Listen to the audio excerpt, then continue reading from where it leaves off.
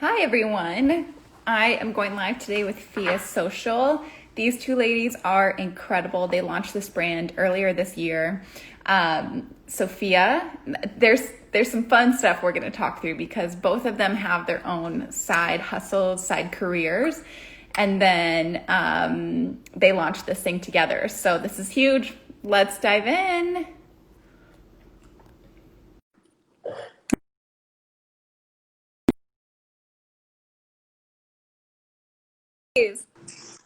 Hi. Hi. How are you guys? Good. How are you? Good. So fair warning, like I told you, my son, we're doing lunch. We got this.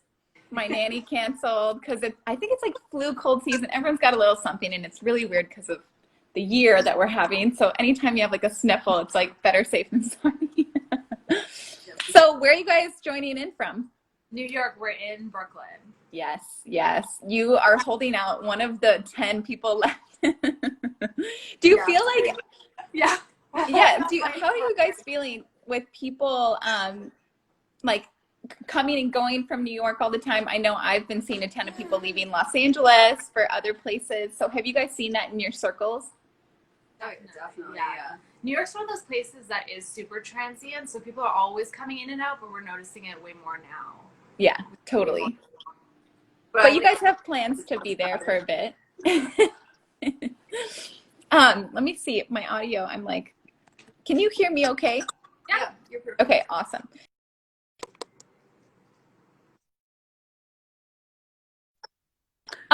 So if you guys could introduce yourselves and then what you did pre-Fia Social, and then give us the timeline of when this brainstorm happened to come together and create this, because I'm so interested in this. It's so cool. Yeah. Do you want to go first? Do you want to? Okay, I'll start. So I moved to New York in 2012, and from there I was a fashion designer. I was working with a company, and with that company I started my own brand, and I was managing lines for other brands. So I started out as an assistant and then became creative director and was with them for almost 9-10 years or so, or whatever year we're in now, 8 years. And it was right at the beginning of Corona, so the company headquarters was actually in Shanghai, so they were on the front end when the coronavirus hit, and it didn't even feel real back then. So I remember thinking like, okay, whatever, this is just like something on the news that's gonna pass.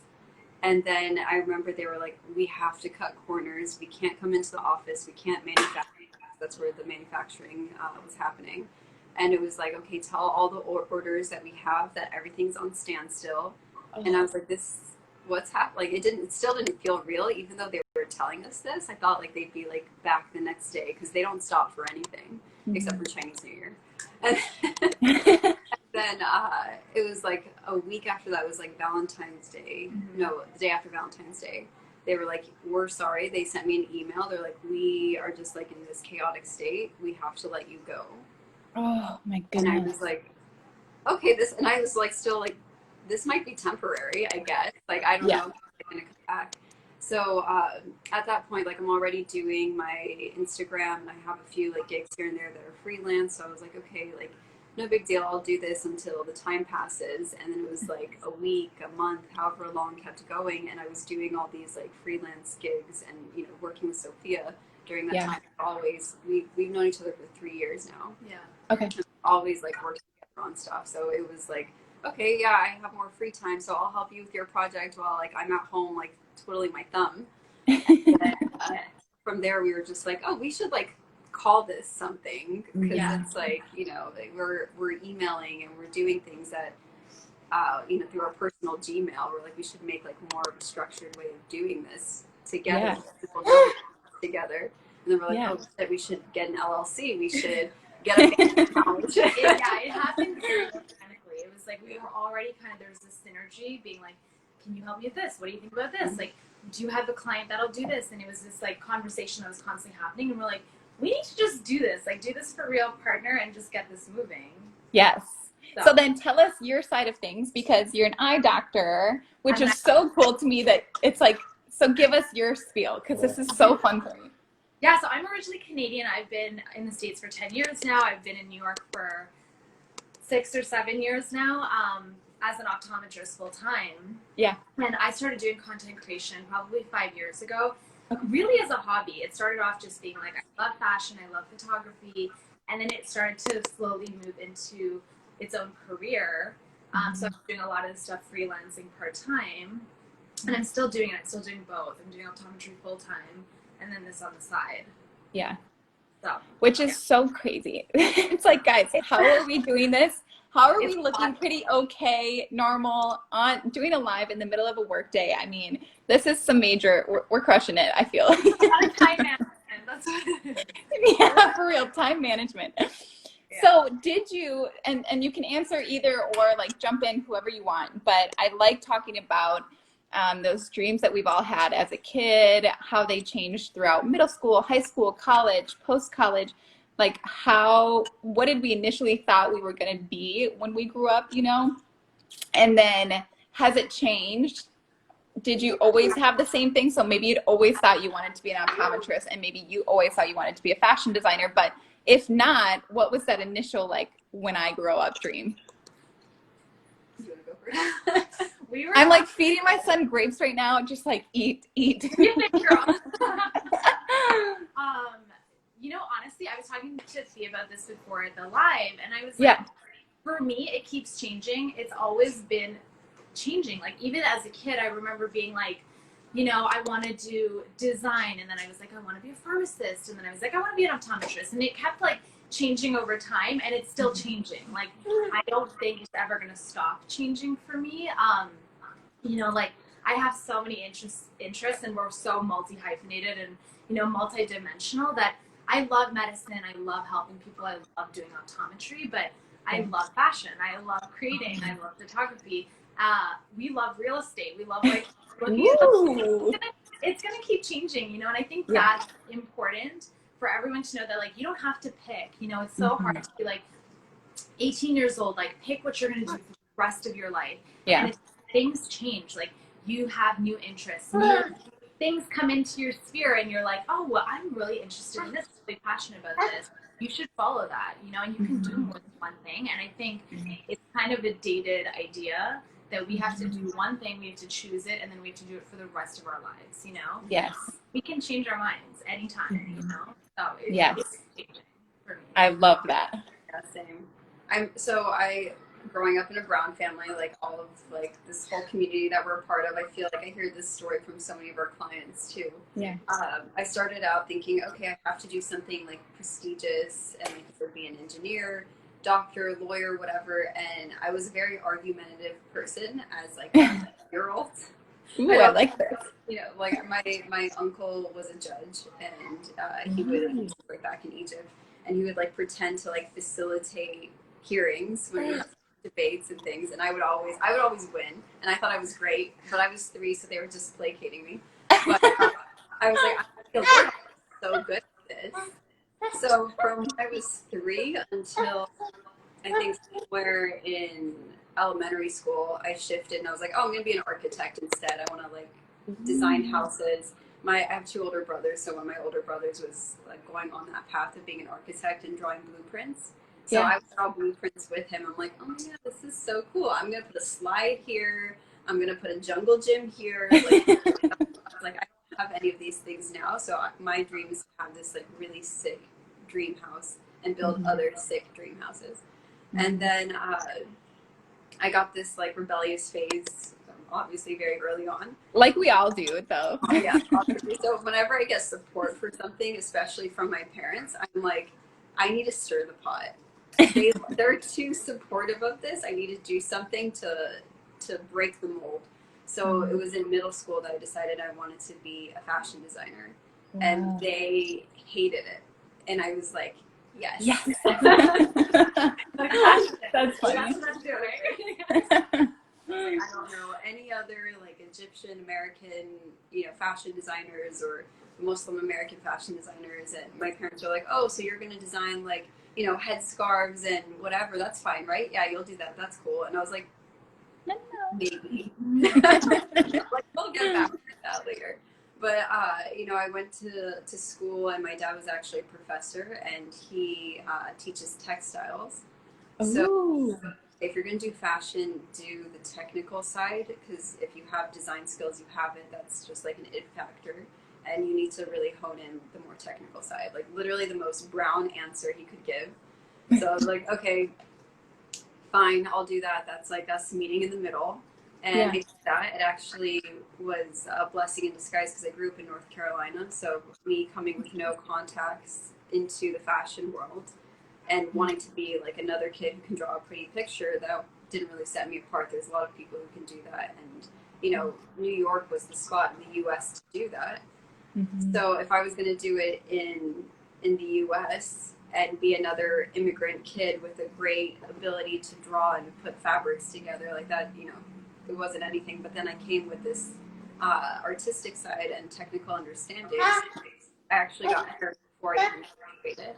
And Wait, say that last part again. You got hired before you hired graduated? before I graduated. What? That's major. When you get to know her, you will know that that's not such a shocker. She is so good at what she does. It's like incredible. Yeah, if I want something, nothing can stop me. It's true.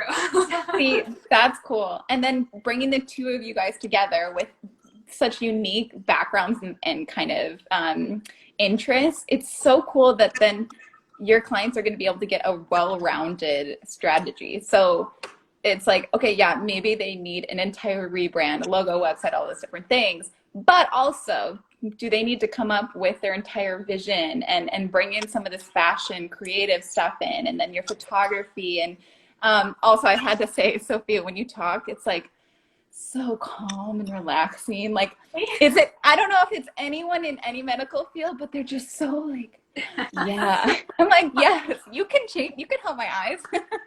Thank you. I actually have such a fear of like being on camera. So you Really? say, like that's really You did good. really nice. It's, yeah, like honestly, this is fun for me to jumping on these lives with you guys because most of us don't do it because we're in our jobs. We're in it. We don't have time to think about the big picture fun stuff because we're just working and hustling and coming up with cool ideas. Yeah. So jumping on a live and talking about the progress we've all made in our careers, where we're going, it's just so cool. And it gets those like video jitters out because everything's going video. If we're not cool enough to be on TikTok, we should be on Reels or IGTV or doing something. So it's kind of fun. So I would love to know, you know, you guys launch via social together. Who are you trying to attract? What's your ideal kind of client, I suppose? And then any big projects coming up that we can be aware of? So I think We have something fun too that we might be working on. Secret. so for us personally, like we're obviously open to everybody, but like we have such a deep passion for female founders and Yeah. founders just because like we are minority females, and we just love to see that kind of that sense of community, especially with women. You know what I mean? Like we love seeing women who are doing big things and, you know, growing their own brands and like just having a hand in helping them grow. So that for us is that we're super passionate about. Yeah, I love that. I mean, yeah, she said it all. Basically, it is.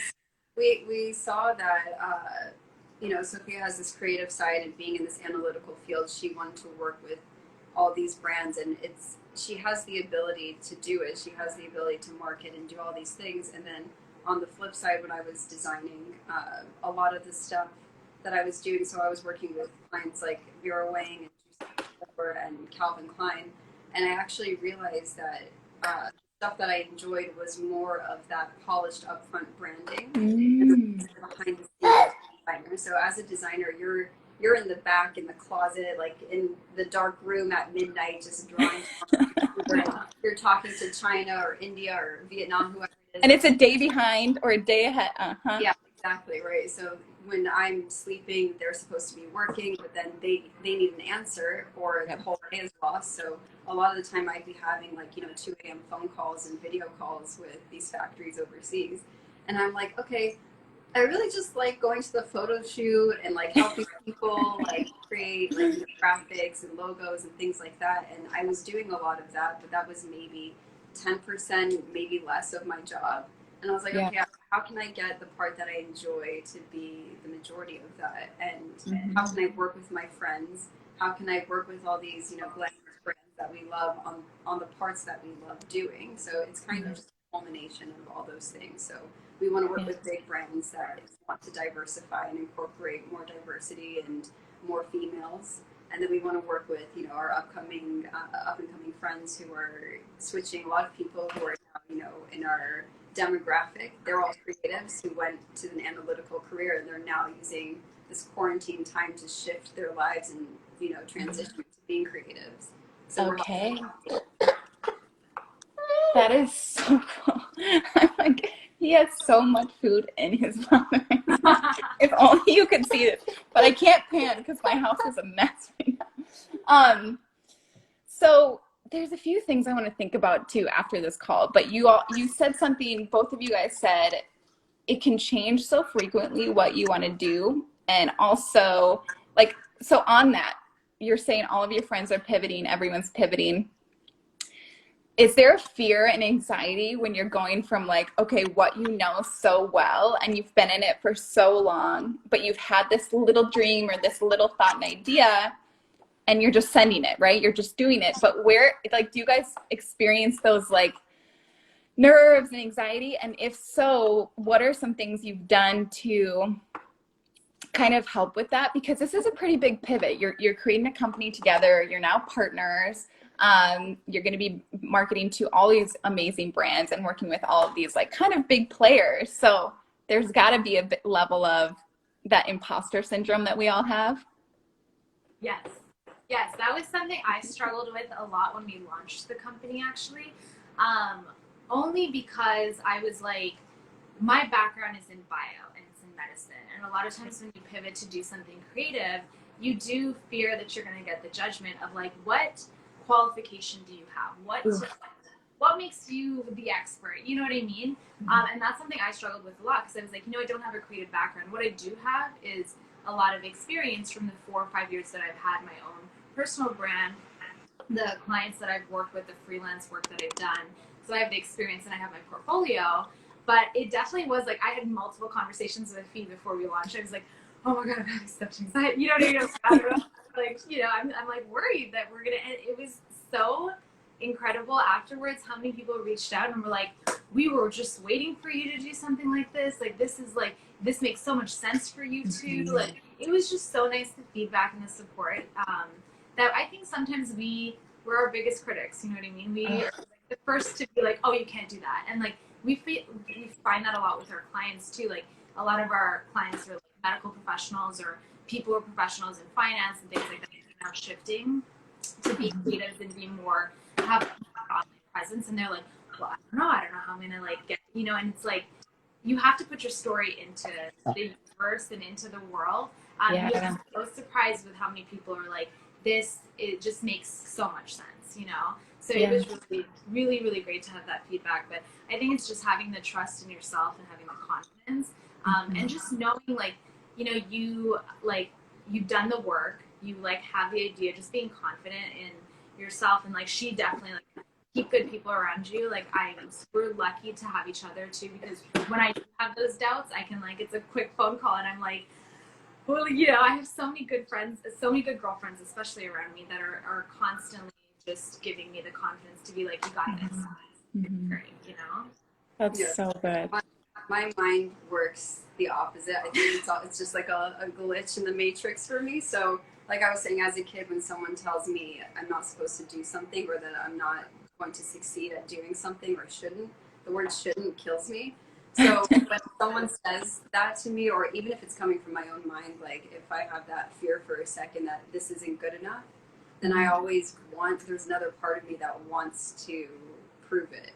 Yeah. And that takes it as a challenge. And it's like, you know, I did a lot of boxing and Muay Thai, and that was something that I was really into for years. So it's like that feeling of when you get hit, you want to hit them back. Yes.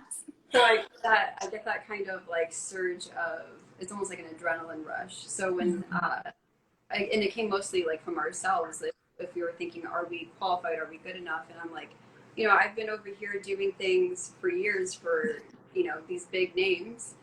Why can't I do it for myself, or why can't I help someone else who is on a smaller scale? Like, what's the difference? The only difference is that I was creative director of a place and I had this kind of company to legitimize me.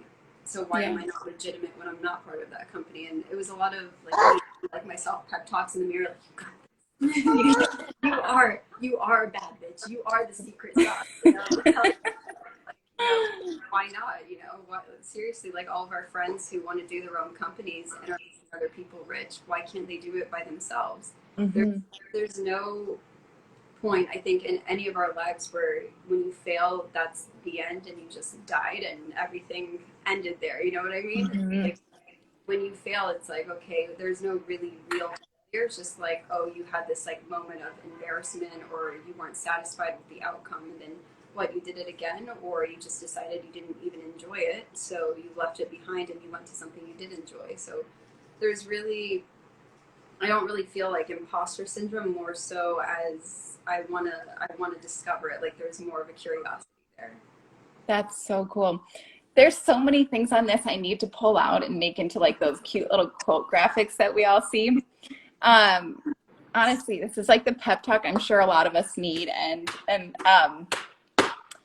I'm just thinking, man, how do we, anyways, side note, I'll have you guys on again. Let's dive. Yeah, my brain is like, I can't take notes. My computer's over there wishing I could like type my stuff. But okay, so this is huge. I can't wait to just like stalk everything you guys are doing, come up with cool ways to, you know, bring the best projects to life.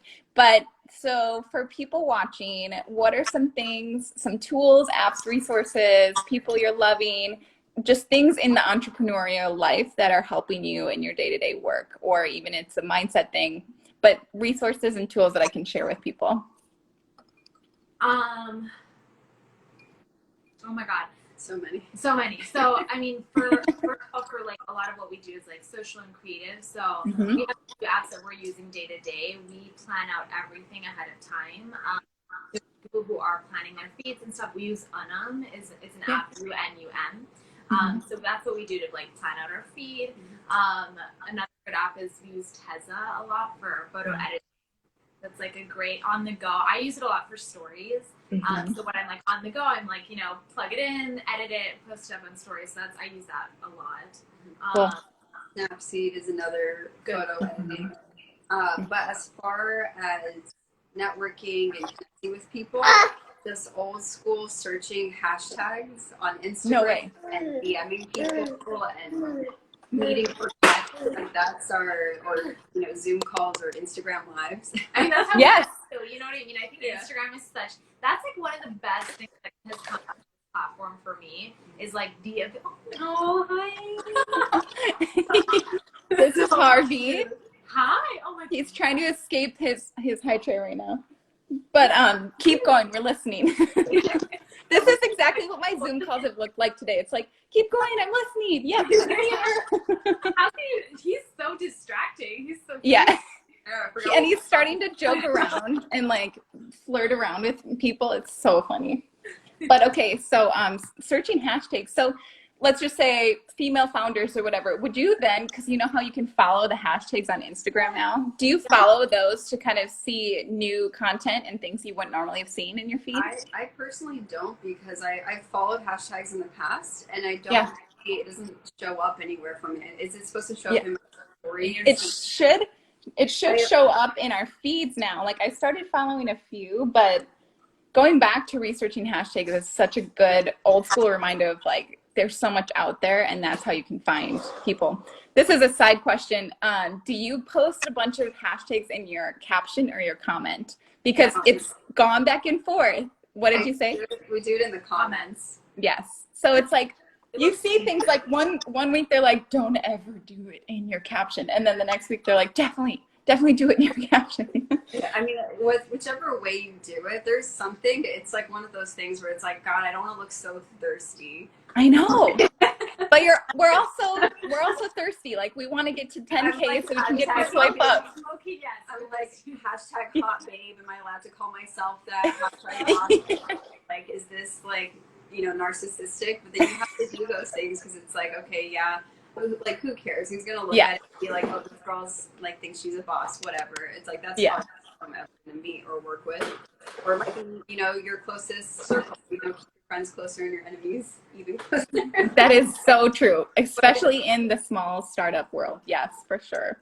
It doesn't matter if that judgment's there, but we do prefer minimalism and some kind of, clean airiness, and there's something that feels like really cluttered about hashtags. Maybe that's something that Instagram will find a way to make it more of an alt tag, so it's more ingrained in the image instead of something that's just out there. But yeah, this is a side note, and who knows how much I might have to just like run off depending on what he's up to. Hi, did you bump your head? But do you know that on stories, like let's just say I took a screenshot and I posted a bunch of like Los Angeles, Brooklyn, New York, content creators, branding, and I made it the same color as my background, and just you can hide those hashtags so that it'll show up on those stories, right? And then you can also take them and drag them down to like the left or right, and it'll hide it completely but still show it places. yeah. So Sophia's face is like, what? Really? Yeah, no, I've never hashtagged in stories. Yeah, That's smart. I remember the first time I ever hashtagged in a story. I like over 100 views because I was just doing something funny, and I hashtagged Met Gala because I really like extravagant outfit. And I was like, why haven't I been hashtagging these stories? But then again, I don't want to look thirsty, so then I do things where like I just like hide it or I make it the same color. But if anyone stories in random places, they're gonna find things. yeah, like all of a sudden we're looking and it's like, I totally see that hashtag you tried to hide in the picture frame. So if anyone accidentally, like if they pause the story, you have to they're gonna find something. Oh, for sure they will. For sure. We've done some secret stuff. But okay, I like it. Any other tips and tricks before we leave? I was gonna add, like, don't be afraid to like cold email and cold DM. That's exactly what I was gonna literally like it's DM. surprising, and I realized really early on, like, even if you have a small following, if there's someone you want to connect with, like, send a DM, ask them for coffee, ask them for a Zoom, whatever you feel comfortable with. But it's surprising how many people want to help. They want to like connect, and like me, for example, even being on the receiving end of it, like when people DM me, I'm like, I would love to connect. I would love to, you know what I mean? I would love to learn more about you, because we all are on this platform to connect and to help each other. So like send a DM. I love it. Yeah. That's how we connected. I think what I've been doing, I'll give you guys my secret thing. And it's like, if you're really interested in connecting with somebody, and this is what I did with you guys, is I recorded a voice of me saying, hey, let's connect. I want to know what you guys are working on. And it just brings that personal like touch to it. And it's not just like a copy paste. Hey, I'm really trying to build my following. Yeah, and I remember actually receiving that voice note from you, and I immediately like sent a voice note back. Yeah. And I was like, I love that you sent me this. I can hear your voice. Yes. It, like, solidifies that connection so much faster. Yeah, It totally does. So that's, awesome. I love it. This has been so much fun. I'm so surprised that we made it 28 minutes. Guys, my mom heart was like, what do I do? This worked out so well, and I can't wait to have you on again. Let's keep this going, and I'll post all the Instagrams in my caption. But ladies, this was so much fun. Thank you. Thank you so much for setting this up. Yeah, thank you. Yes, for real. Okay, talk to you guys later.